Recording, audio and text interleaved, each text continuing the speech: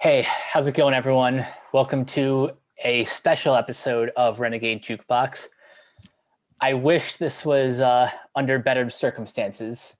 My name is Mike. I will be your host. Joining me, as always, is my co-host, Nick.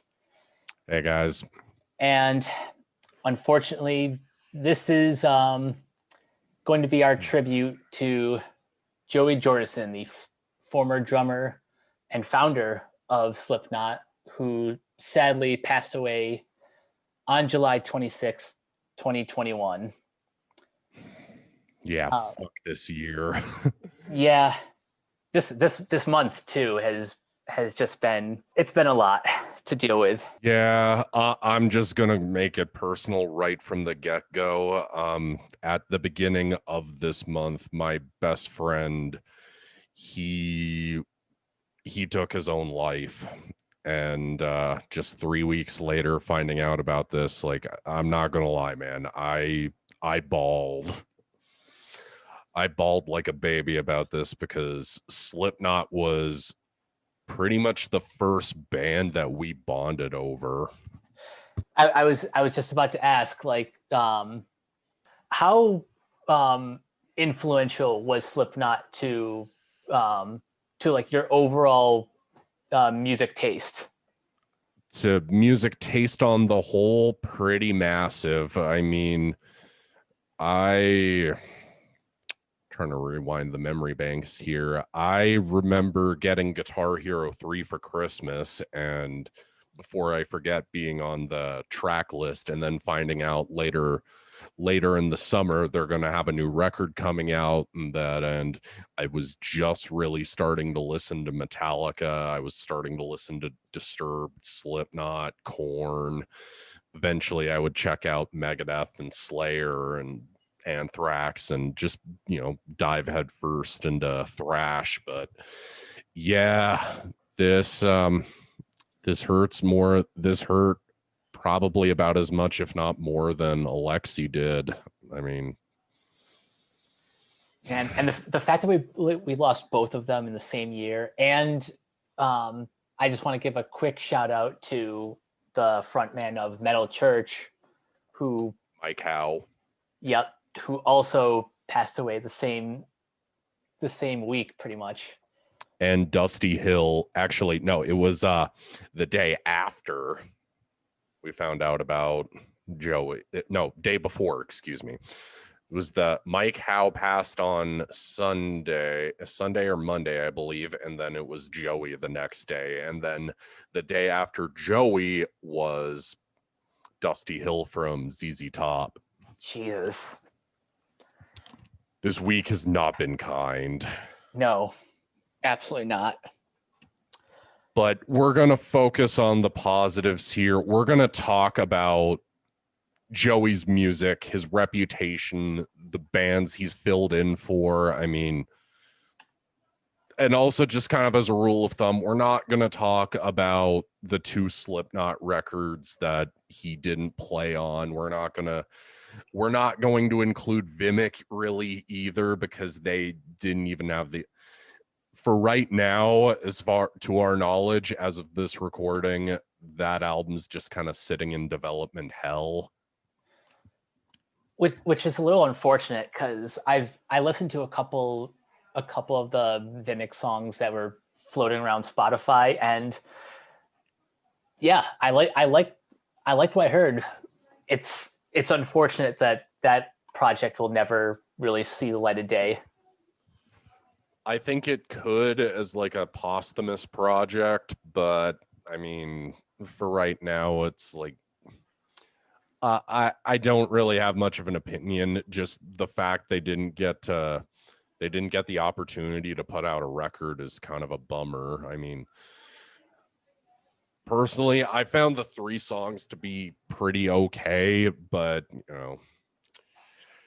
just if they had the opportunity to put that record out like as soon as they had their momentum going, I think that we'd have a little bit more to talk about. But I guess to kind of go back to you, I guess, how did you end up getting into Slipknot, and how big of a deal were they for you? So relatively speaking, I'm a little bit of a latecomer to Slipknot. Not not like not like all hope is gone late. More like um, volume 3. This was when Fuse TV was still like barely a year old, and that was when I was starting to get into um, like new metal bands like Disturbed, Seether,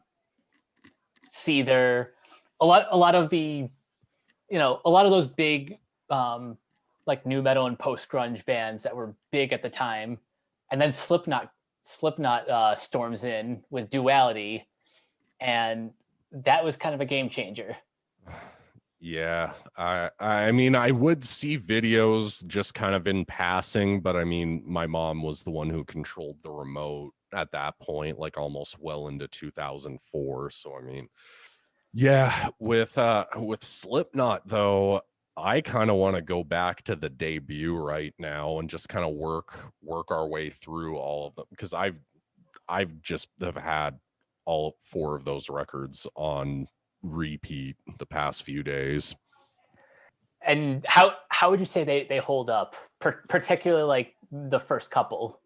The debut, the debut is always going to be my favorite, I find, mainly because just the fact that I find this so inspirational that you got to keep in mind Iowa is just a barren town in a state, and just watching documentaries and research I've kind of done on the band, at that point they didn't have a lot of clubs that they could play at. A lot of this was all self-funded between Joey, Paul, and Clown, and then they would wind up getting Corey and just doing a bunch of showcase gigs to try to get signed to a major label. And that's just impressive in of itself. I mean, especially you got to keep in mind, Made Feed Kill Repeat, like, yeah, it is pretty much basically a demo, but it's a demo they put thousand. I'm just looking up Wikipedia right now, and they put like $40,000 into recording that. That's a lot for a demo. Yeah, and then once they got signed to Roadrunner and obviously got Corey along the way, once they got signed to Roadrunner and just, made the record they wanted to make, sans Ross Robinson cutting out all the guitar solos Mick had, I mean, that debut just kicks down the door and just does not let up for that whole entire original 15-track runtime. Favorite tracks off the record? I know everybody says it's front loaded, but I'm just gonna name a bunch of them. Sick, Surfacing, Spit It Out. I always have loved Purity, but the way I listen to it, I have to listen to Tattered and Torn first, then the Frail Limb Nursery intro, and then Purity. I love Liberate. I love No Life and Only One. And Scissors is just a super weird listen, man. Yeah, that of all the tracks to end on, Scissors is it's a trip. Oh, that was back when they were like actually beating the crap out of each other on stage and setting each other on fire and just saying, fuck it, anything goes. I think my favorites are admittedly a little on the basic side. Eyeless, Spit It Out, Wait and Bleed. I'll admit it's been a while since I've listened to the whole thing start to finish, but from what it sounds like, that whole trio of Tattered and Torn, Frail Limb Nursery, and Purity sounds like a real banger. Oh, yeah. And then the fact that they had to go and re-release it and put Me Inside on there. I mean, like even the studio outtakes that didn't end up being part of the record, some of them later, some of them not. But I mean, you have Eeyore, you have Me Inside, and Get This. I mean, it's just they do not let the energy up on any record. I've never felt that about the band. And I guess that's how we're going to transition into the next record. Ooh. Yeah, this is the one that I that's the freshest for me. I just listened to it like a couple of nights ago, and I think the best way I can describe this, for someone who's never listened to Slipknot or like doesn't really know a whole lot about um, the new wave of American heavy metal at this time, this is basically it's basically a death metal record, but like borrowing elements from new metal. Yeah, I guess I'll tie this into this because I've had this weird obsession for like about the past week of looking up like early Slipknot performances and just trying to find interviews. And the self-titled is always the hardest to find any interviews from this time period. You got to remember that back in 99 to 2000, Slipknot were feuding with Limp Bizkit. Boy, I barely remember that. Yeah, it was because Fred Durst had the bright idea to call their fans a bunch of fat, ugly kids. And like, congratulations, dude. You basically pissed off like one part of your fan base that liked your music. And then like, I've always thought of Slipknot like this. I never considered them a new metal band. Like, yeah, it's there, but it's like calling the Deftones new metal. I mean, like, yeah, Slipknot will have rappy sections, but then it'll be followed by like a blast beat or something that's just not new metal at all. Or it's usually whenever they have something like Sid doing his DJ scratching and Craig doing the sampling too, it's always done in a more atmospheric way rather than just, hey, let's throw an Ice Cube sample in at the end of Eeyore because we can. I think that's what I've always liked about Slipknot. You can't really define them by a single genre. And as far as like their relationship to new metal, it is kind of like Deftones, where like it's only the surface level similarities to other bands, like, you know, having a turntable, having like percussive like percussive instruments, but they're like, you can't really compare them to bands like Limp Bizkit or Linkin Park. They No. they all do something like in their own style. Yeah, and that's just kind of how I felt about Iowa. Like my attitude, and I think I said this when we did a review of Corey's solo record. I'm just gonna be blunt with it. I'm kind of sick of people dick riding Iowa like, oh, that's the only good record, or oh, after Iowa it's all downhill. Like, I really fucking hate that attitude, because you also got to keep in mind, like 2-3 years later after this, new metal was dead. The fact that Slipknot jumped off of the whole, again, despite the fact that I'm saying I don't consider them new metal, but you know, the fact that they had to get as far away from new metal as they did, that's impressive and respectable in its own right. With that said, this record is an hour punch in the face, and it's great. I love it. Are there really any like I can only think of like maybe one or two ballads on this record, but other than that, it's just nothing but bangers. I wouldn't even call them ballads, but I mean, the way I've always seen this record is look, it is them doing the self-titled again, but it's just like, no, let's just make it as heavy as we possibly can. I mean, the fact that you have a song like the Heretic Anthem, which is a straight up Fear Factory type song, it's, oh man. And the only time I've gotten to see Slipknot, unfortunately, without Joey, that was the second song they played that night, and I actually caught a guitar pick from Jim Root. Nice.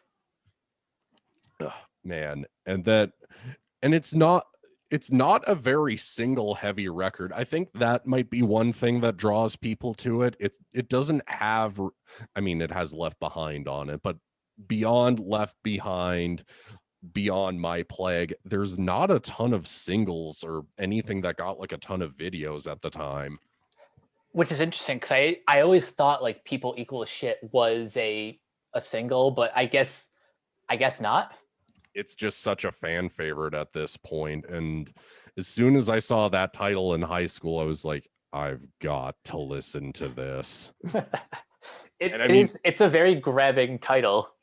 I mean, that's kind of what makes the record kick off so well, is just like, yeah, you're opening up with the heaviest song you possibly can, like on the debut, but then Corey's just like, here we go again, motherfucker.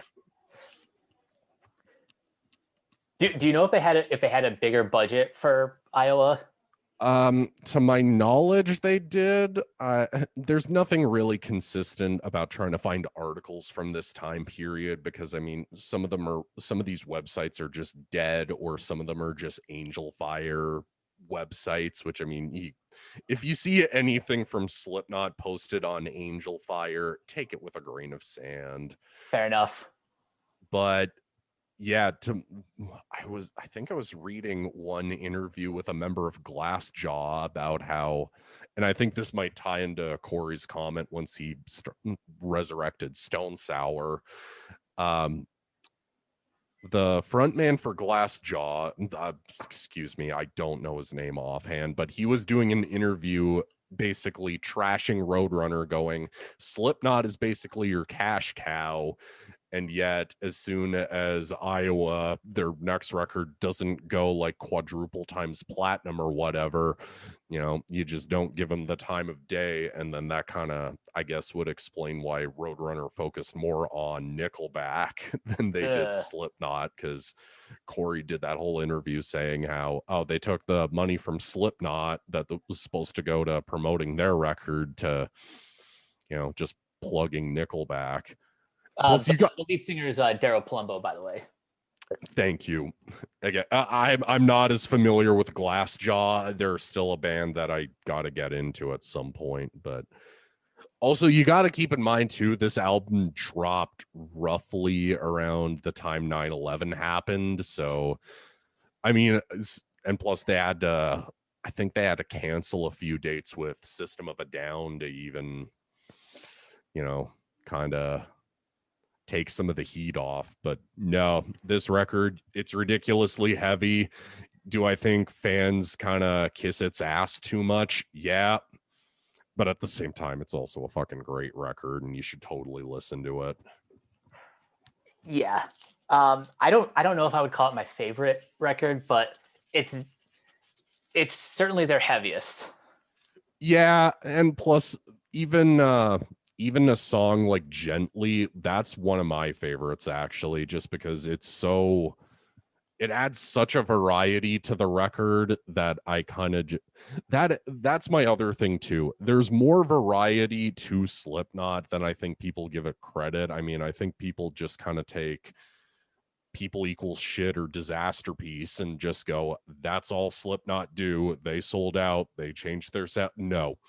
Because, I mean, you got to keep in mind, there's clean singing on Disaster Piece. There's clean singing on My Plague and Everything Ends, Left Behind, The Shape, even little bits of New Abortion. That I just kind of feel like people get too starry-eyed about the heavier tracks and not like listen to the record with good headphones on.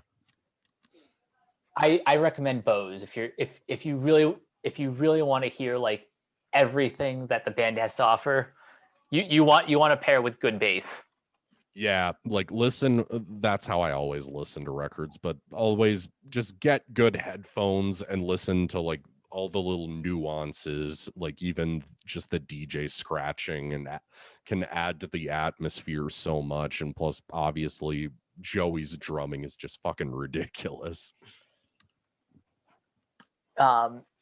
We'll get to some of Joey's other projects in a second, but just as a general note, like he has a lot more to offer than just like the 3 or 4 singles that everyone's familiar with. Oh yeah, because this dude had a lot of range. Oh yeah, because then the next year, aside from just Stone Sour, you'd end up getting the first Murder Dolls record. I mean, the fact that you transition from, because Slipknot go on hiatus after touring behind Iowa, so basically Corey goes off to go do Stone Sour with Jim. Then Clown goes and does his project, to my surprise, and then Joey goes off and does Murder Dolls, which is a straight up horror punk band with Wednesday 13. And yeah, I'll admit I'm not as familiar with Murder Dolls or even horror punk just as like in general as I bet you are. But listening to these two albums, yeah, it's good to see that that, like I said, Joey has more to him than just heavy heavy death influenced nu metal. Yeah, and I mean, with just reading an article that got posted from it was by Variety, Monty Connor. He was the A&R guy for Roadrunner Records. Like, Joey just on the whole had a love for music. I mean, we've even got, we'll get to it in a minute when we're talking about Volume 3 even, but you know, he did like 4 songs for Roadrunner United, which is a great project. Yeah, which is a great compilation record. Yeah, we'll definitely be touching on that in a minute, but I mean, I guess since you're not as familiar with Murder Dolls, I'll go on about that first record at that time. I mean, it is kind of equally distributed amongst the two members because it is just Joey and Wednesday 13. Wednesday 13 brought a lot of songs from his own band that he had at the time, Frankenstein Drag Queens from Planet 13. I dare you all to say that 10 times fast. He, like, the opening track, Slit My Wrist, is, I was telling Mike before we started recording, that song was originally a song called Galactic Chicken Shit. Such a great title. Yeah. And then just throughout the rest of the record, I mean, you can, and plus Joey is not just drumming on this, he is playing guitar. So like he is multi-talented in that he's not just, you know, writing blast beats for most of the records, although, you know, he kicks ass at playing blast beats. He really does. Yeah. And then I guess we should get on to the next Slipknot record, because 2004 we get a big one. Mm-hmm. Volume 3, The Subliminal Verses, produced by Rick Rubin, 2004. Mike, go for it, man. Yeah, this one is very important to not just Slipknot's history, but the new wave of American heavy metal just in general. 2004 was a very big year for the genre. Yeah, with Volume 3, I've always seen it as them kind of paying attention to what's going on at that. Like I said, they need it business-wise. They had to get away from nu metal, because otherwise they would have just, you got to keep in mind, Korn's album at that time tanked. Limp Bizkit's album at that time tanked. Deftones was still doing well, but the self-titled was not as well received as like White Pony was. So I mean, Slipknot had to do what they had to do to get away from nu metal, and I feel like they paid attention more to bands like Lamb of God, Machine Head, Hatebreed, Shadows Fall, God Forbid. I mean, they had to, otherwise they would have ended up kind of getting lost in the shuffle and just regarded as a, you know, quick flash in the pan. And as far as Rick Rubin's production goes, would you say this is one of like the better albums that he's produced? From what I'm aware, the most Rick Rubin did was his usual. Rick Rubin's infamous for this, so he always just comes by like once or twice a week and then just strokes his beard, listens to the record, gives his input, and then takes off. My thing is, it does kind of that's the only thing that's kind of aged about this record, is the fact that it has the Death Magnetic problem where sometimes the instruments just kind of get blurred together. Slipknot should sound way more cleaner and like more defined than this, but I mean, like, in terms of songs, man, anybody who comes and tells me, oh, volume 3, it's just a bunch of soft bullshit. Yeah, go listen to The Blister Exists and then come tell me this album's fucking soft. I dare you. Hell, even the singles, like, I'm sure Duality and Before I Forget are like the big radio songs. Yeah, but like, even for radio songs, they still pack a punch. With Before I Forget and Duality, it's just like, those are just mosh-worthy songs full of riffs. I mean, the fact that a song that opens with I push my fingers into my eyes is as known as it is today. I mean, and the fucking video, that taught me how to headbang growing up, man. Like, that was one of the reasons I wanted to grow my hair, was so I could headbang in environments like that. I'm still getting flashbacks to seeing that video for the first time. It's one of those classics. And again, this was when Fuse TV was still like just barely a year old. So that video got like almost constant rotation. And plus, this was really when Slipknot was starting to show their musical chops. I mean, everybody kind of makes fun of nu metal for just, all you have to do is down tune and then pull a drop D McGee. That's all you have to do. No, with Vermilion, I think that was Vermilion and Pulse of the Maggots. That was the first time they were letting like Jim and Mick do guitar solos on a record. I'm surprised that was when it began. Yeah, I mean, I always knew, just again watching documentaries of the band and just general, obviously Stone Sour too, that was really when they were starting to just let the band solo and just let them play. I mean, that and adding Vermilion Part 2 into the mix, having it be more of a multi-piece suite. And plus, it's still got the experimental stuff. I mean, the last two songs are The Virus of Life and Danger Keep Away. Those are the experimental songs, so they let Clown have his weirder stuff be a part of the record. Like, yeah, Volume 3, it kicks ass. Go listen to it too. Fuck the haters. This record's great. I don't really understand the hate for this one, because it seems like a newer thing. Yeah.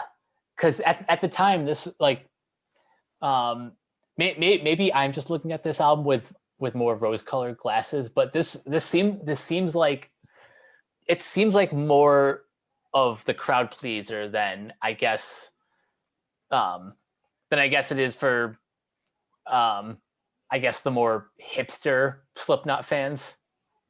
I wouldn't say hipster. I would say the type, and I'm going to refer to I won't be naming names, but you know, the type that would eventually get into like underground slamming brutal death metal that just worships Mortician and then just says, oh, everything after Iowa sucks. It's just a bunch of soft bullshit. And then they go on tour with Fear Factory, Slayer, Priest, and fucking Lamb of God, Shadows Fall, and Kill Switch.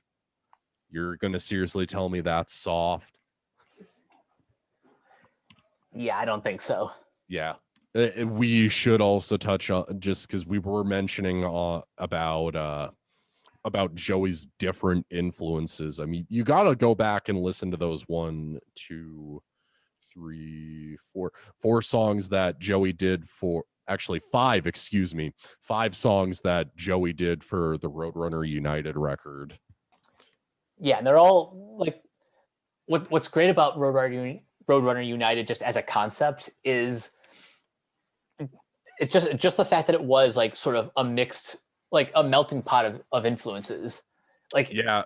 if you wanted like the perfect example of sort of like the distillation of all of the different subgenres in the new wave of American heavy metal at the time, like Roadrunner United is a great like singular like a singular sample size. Well, that and it's just a huge love letter to all of the bands that were on Roadrunner previously. I mean, Annihilation by the Hands of God is a straight up deicide song. I mean, like beyond the fact that if you like, let's just hypothesize the situation here. Take this song, don't tell somebody that it's meant for Roadrunner United. If you just play that song by itself, people are just going to say, oh, this is just a deicide song. And then, I wouldn't be surprised at that reaction. I mean, he's got everybody from James Murphy from Obituary to Rob Barrett from Cannibal Corpse on this thing. Just incredible. Yeah, and then he has a straight up Life of Agony song with Mina Caputo on it. And then I'm just seeing it right here. Yeah, he has a song with Daryl from Glassjaw. And then he writes a straight up thrash tune with Kyle from Exhorder with, again, James Murphy from Obituary, brings back Rob Barrett, and Matt DeVries from Chimera. And I'm amazed this doesn't get talked about either. He has a song with Peter Steele from Typo Negative to close out the record. Seriously. Yeah. I am also surprised that like that almost never gets brought up. Yeah, like he has a good chunk of members of, he has Josh from Typo, he has Steve Holt from 36 Crazy Fists, and Dave from Cradle of Filth. So you can really tell, and plus just even the bands Joey was, we would be remiss if we didn't mention the Download performance. You know which one I'm talking about. I'm pretty sure I know which one you're talking about. Is that the one in London where he did like that that big drum solo? Oh, I'm not just talking about big drum solos. I'm talking him filling in for Lars with Metallica. Okay. So just to add a little bit of context for people who don't know. So Metallica and Slipknot, and we're just going to refer to them as the other LP and move on. And no, we are not talking about Linkin Park. So Metallica and Slipknot were touring together over in Europe. Metallica just put out Saint Anger, so it makes sense for them to take Slipknot out with them. So Lars has some kind of medical emergency. I don't know the exact details. Some people say it was carpal tunnel. Some people say, he says that he was having some kind of a panic attack while on the plane to get to Download. But the details are a little bit up in the air. But the point is, Lars couldn't make the gig. So what Metallica end up doing, and they have to wind up going on late, Metallica get Dave Lombardo from Slayer, Lars's drum tech, and for the majority of the show, it is Joey playing with Metallica. That's amazing. Oh, Metallica refers to Joey as the, excuse the pun, hero of the day for that situation. Like Joey literally gets approached as soon as Slipknot get off stage to come and fill in for Lars. And he played, I'm just trying to pull up the set list with one hand right now, but it's impressive that he just knew all of those songs right off the bat just before having to go on stage with them. Like if you're a Metallica fan and you happen to be on tour with them, I can imagine that being like a dream come true. Oh yeah, I mean the fact that you get to play, I just got the set list in front of me. You get to play a good chunk of Ride the Lightning. You get to play the big hits and do a Misfits cover. Like, that's a fucking dream come true right there. I mean, and then just beyond having to go and fill in for Lars, he gets asked by Satyricon to fill in for Frost, who had some border issues. I again, not clear on the details 100%, but Satyricon approached Joey to fill in for Frost, and he filled in on a Satyricon tour. Wow. And he just ended up being the go-to fill-in guy, because the next couple of years while Slipknot go back on hiatus again, he ends up filling in for Ministry. He ends up filling in for Korn. I mean, this is the first time blast beats got added. This is to my knowledge, the only time at that point that Korn ever had blast beats in their music. And which album was this for? Or is this just on tour? This was just on tour. They just finished the Untitled record at this point, so they obviously needed to go tour behind it. Yeah, so Korn with blast beats. That I think I like the sound of that. Just go watch the Rock Am Ring performance of Blind and you'll understand. And now we have to get to the bummer point where we have to talk about All Hope Is Gone being the last record with all 9, not original members, but like the lineup everybody knows. We'll just say original members for, consistency sakes. We'll call it the classic lineup. Yeah, that's much better. That's the last album with the classic lineup, which if you do not like them going in a more traditional metal direction, this record is going to piss you off even more because they double down on it. I remember when I first listened to this album, I kind of, and I don't mean this negatively, but I was comparing it to Stone Sour, particularly Dead Memories, and I think it must be just like, it's either the cadence that Corey is singing in, or just like that particular riff that that Jim Root is playing. It at the time it sounded like a Stone Sour song on the page, but with Jordison just kind of like adding his own flair to it.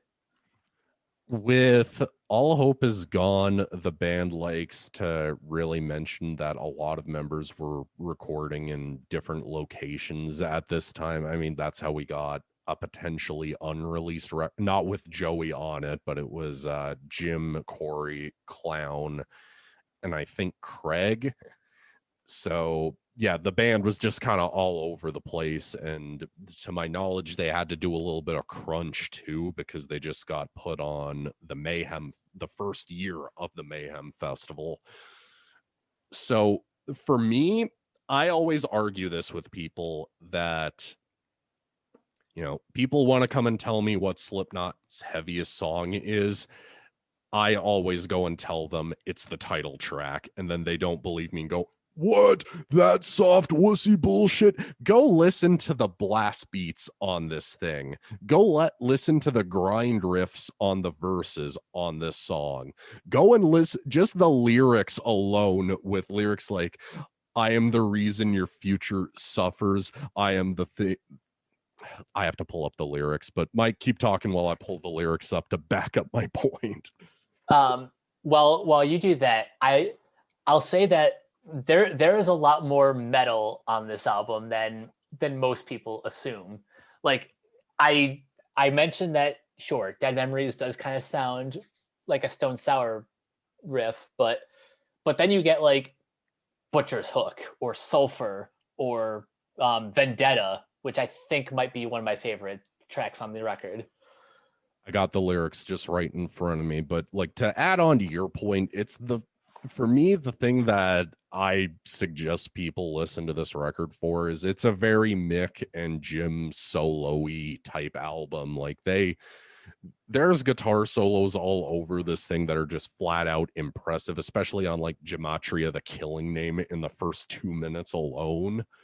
Like they just get to play their asses off. But No, when I got the lyric right in front of me, I am the reason your future suffers. I am the hatred you won't embrace. I am the worm of a pure gestation. I am the remedy spit in my face. Like, if somebody tries to tell me this album is soft just because boo-hoo, they put snuff on the record, just tell them to shut the fuck up and listen to this. Like, the fact that they have so many blast beats on this thing, pack it with riffs that really, this, just looking at who wrote it, so Corey, Jim, Mick, Paul, and Joey, the fact that they make this thing as aggressive as it is to close out the record.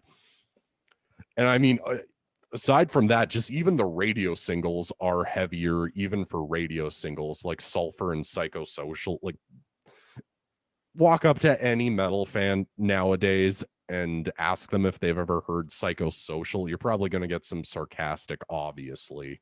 Mm-hmm. I think Psychosocial might be, I guess maybe for this time, one of the heavier, like pure kind of radio singles. Oh, I remember just this and Metallica's Death Magnetic being on repeat for me throughout grade 9. Boy, 2008 was a pretty underappreciated year for metal.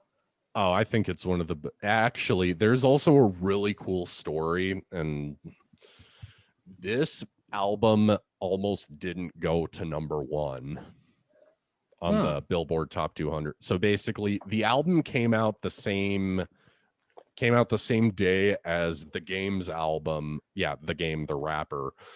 He put out his album LAX the same day. So what ends up happening is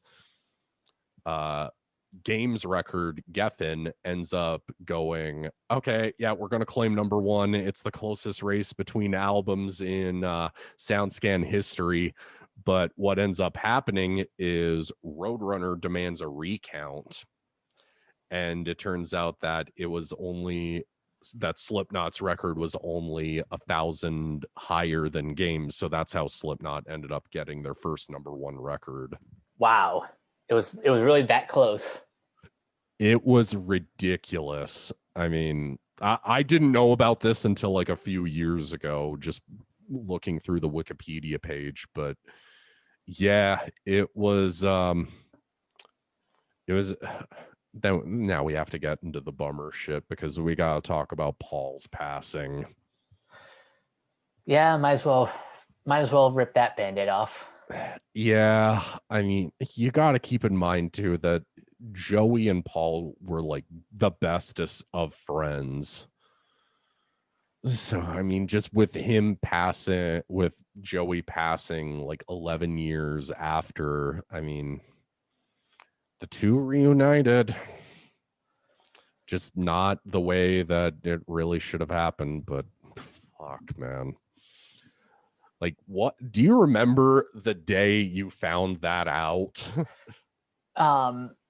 Not specifically the day, but I remember just the general feeling when Paul passed of just like that feeling of losing a loved one. It really hurt in the metal community. Yeah, I mean, I remember, and people are gonna try to, the types of Slipknot fans that, just are gonna keep talking Iowa this, Iowa that.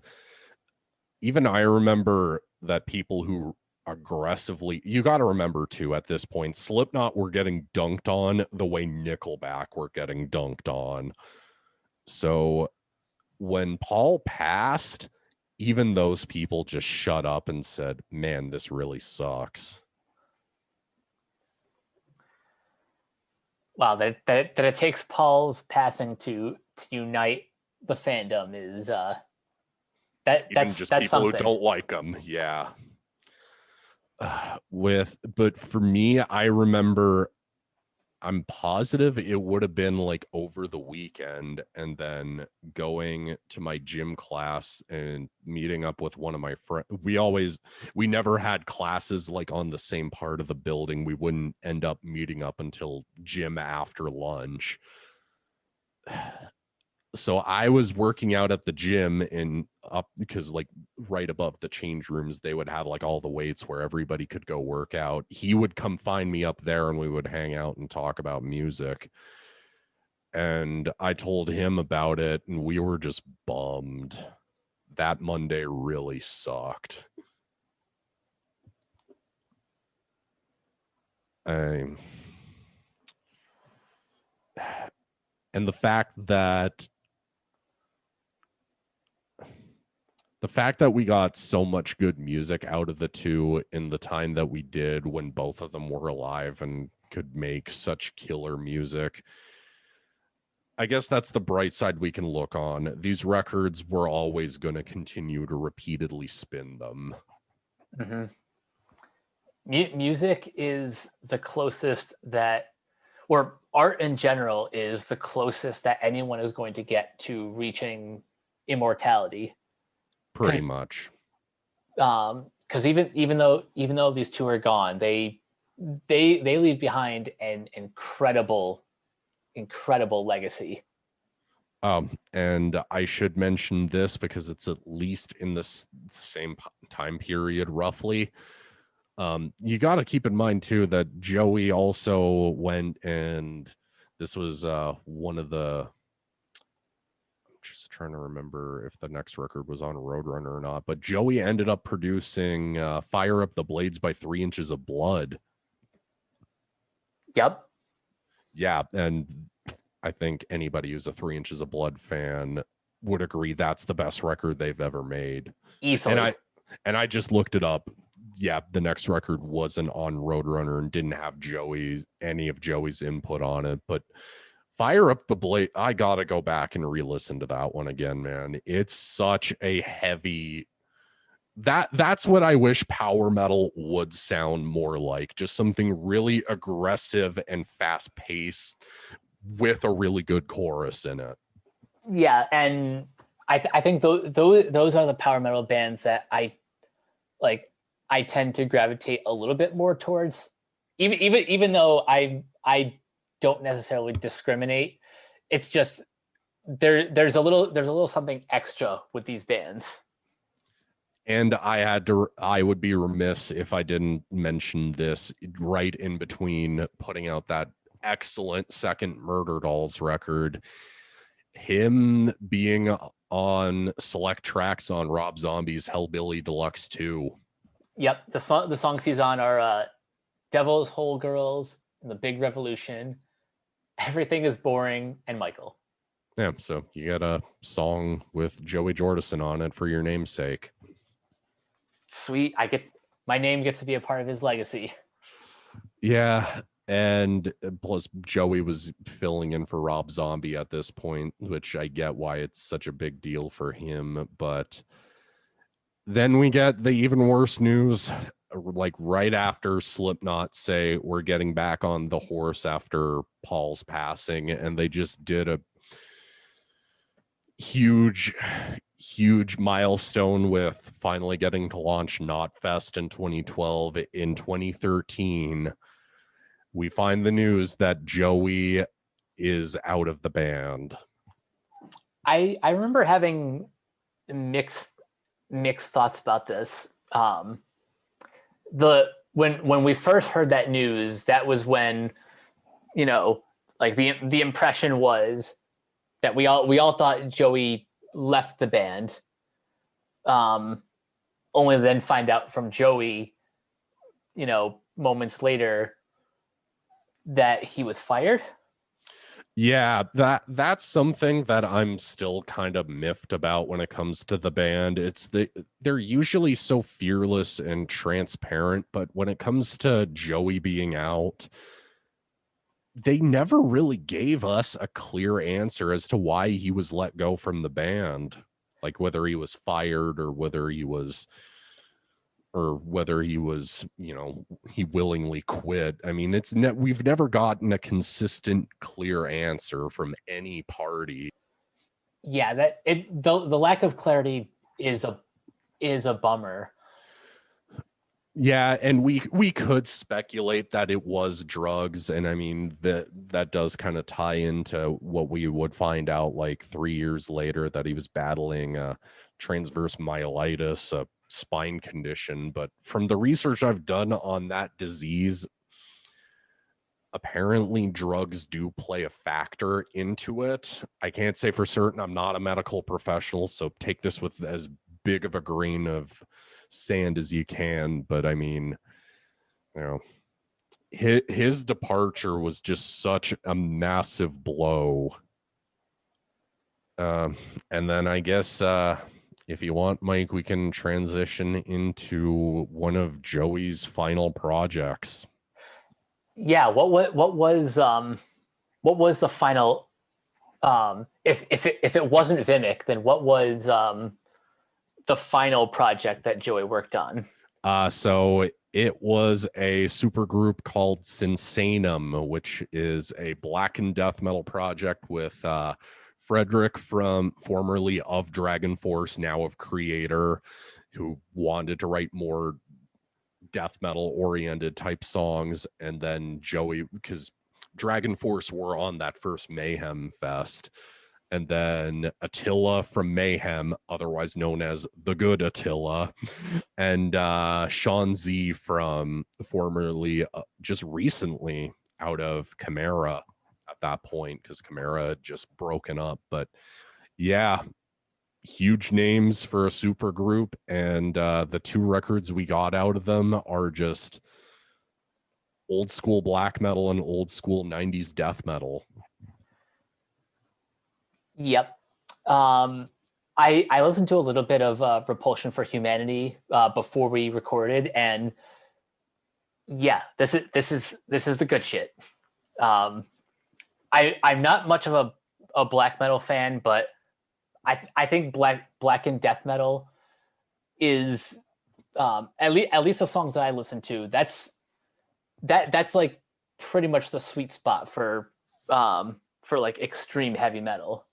For me, it was the first record, Echoes of the Tortured, is good, but for me it just gets bogged down. Every time I listen to it, I just cut through all of the filler intro tracks and then just cut straight into the meat of the record. Repulsion for Humanity really feels like they were, this is the most focused effort they would have put out at this point. This is when Sinsanum arrive in the building, which it kind of sucks that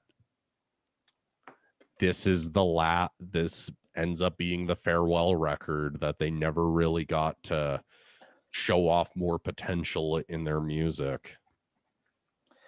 So what happened after Repulsion for Humanity?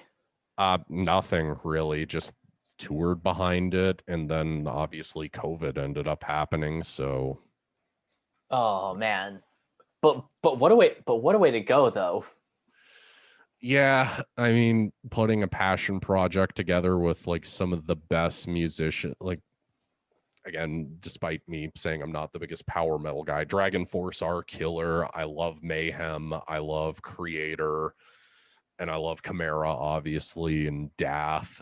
So the fact that it always just felt like a big passion project for everybody involved, I guess it just sucks, man. It just sucks that we didn't get more amazing music out of them, and that Vimic losing their producer didn't get to put out their final record. Part of me does hope that we do get some kind of posthumous records. Like Joey would always talk about in interviews how he always had Slipknot songs written and recorded and ready for the band. So I think I'm worried that like the worst case scenario is that Open Your Omen becomes for lack of a better term, the detox of Vimic's career. Actually, I would say this would be more sad. Is did you see Anthony Fantano's review for that newest DMX record? I haven't. Why? What do you say about it? So, like, Fantano, he said the record was like a solid 5 out of 10 type record. Good tracks, but obviously with DMX passing, this is kind of his send off. But no, with that review, I bring it up because Fantano didn't bring any of his usual zany personality to it. Didn't give himself if I recall correctly, he didn't give himself like any kind of like goofy nickname at the start of the video. Just, hi, Anthony Fantano, internet's busiest music nerd. And today we're talking about the posthumous DMX record.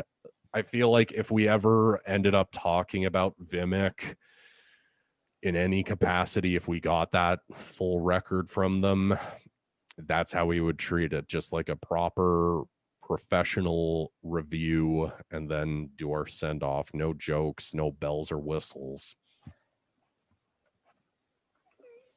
Yeah, that sounds about right. I do hope we get something in the future. Yeah, whether it is like a posthumous project or like a box of demos. I mean, just yeah. And I do hope that during live shows that Slipknot do something for Joey when live shows do come back. I know they just put out a video a couple days ago that paid a little tribute to Joey. Yeah, I mean they did that for Paul too, except I think it was an unreleased Paul interview, and they just took like a bunch of like live footage from over the years of him backstage. With Joey, it felt like the biggest compilation of all, like interviews, live performances, just everything under the sun. And that was nice. I'm even though they did part ways, like he's still part of their legacy. Oh, that's why Corey got pissed a few years back about somebody did a shirt for the debut and they put it on Slipknot's website, but they cropped Joey out of the shirt, and Corey was fucking furious about it. Why would anyone do that? Like, congrats, you're trying to reject history. It would be like taking Cliff Burton out of a like a Metallica, like a retro Metallica shirt or something.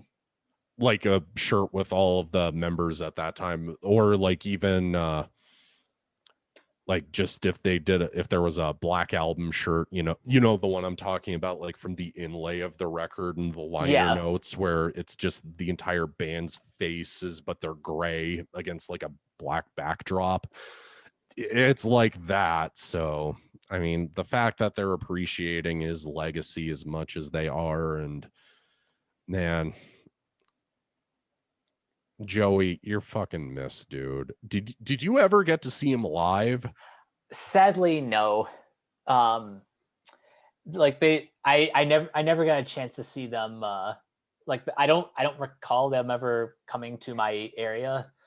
But man, like going back and watching and listening to a couple like live recordings, it's just incredible hearing like we know on the records that he puts his all into pretty much everything he records. But for example, listening to like Dead Memories, and I mentioned it earlier, the like a drum solo from one of their live shows in London.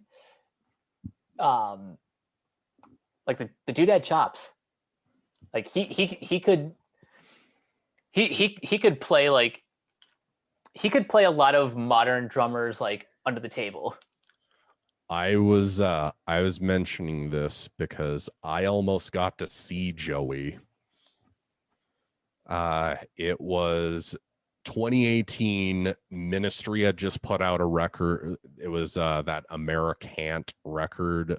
So not a great Ministry record, but the point is I was like, I'm gonna go to this show because A, I've never seen Ministry live, and B, I want to see Joey Jordison play live because that's something I never got to see. And then just like a week or so before they were supposed to tour, Joey drops out. Man. We were all pissed. Like that was one reason that one of my friends and I actually got her into Ministry because of this. She was pissed because she was like, I haven't seen Joey since, Slipknot tour Behind All Hope Is Gone. So that was a huge bummer that I mean, I'm happy I have all of the live DVDs. I've got the Sicknesses DVD, I've got the Disaster Piece DVD, and the Voluminal, and Welcome to Our Neighborhood too. I also have that. I mean, man, just if anybody's going to do anything to occupy their next week or so, just go watch these live DVDs. They're so worth it and such a great representation of the band. Yeah, I think I'm going to do that the next opportunity I get, because I think I just would have killed to see Slipknot, like the classic lineup, live. Yeah, you and me both, man. I mean, the two, before I got to actually see Slipknot in 2015, the two times they did come to Edmonton, the first time was with Lamb of God, Shadows Fall, and Kill Switch Engage, which, dude, I so would have been there if I wasn't stuck in 4th grade. Oh, that's a killer lineup. And then in 2009, it was them and Deftones, like right before Deftones were about to put Diamond Eyes out. Ooh. So, I mean, go watch his live shows, go listen to every record he's ever played on, man, and just digest so much great music that we got from the guy. And I'm just happy about that we got as much good music from him as we did. Agreed. If you want just like a sample size of his work, there's a playlist I found on Spotify just called like the best of Joey Jordison, and it has a little bit of all the bands that we talked about. Yeah, I don't use Spotify myself, so take Mike's word for it. Go look this up. I just have every record on repeat at the moment. I've been trying to throw other stuff into the mix, but right now that's where my brain is at. Just remember Joey for being the amazing drummer that he was, and the amount of killer music we got, the amount of awesome music videos that we got, and just go look up even bootleg live shows of the guy just to watch him go nuts behind the kit. He really was one of the best, and he will forever be missed.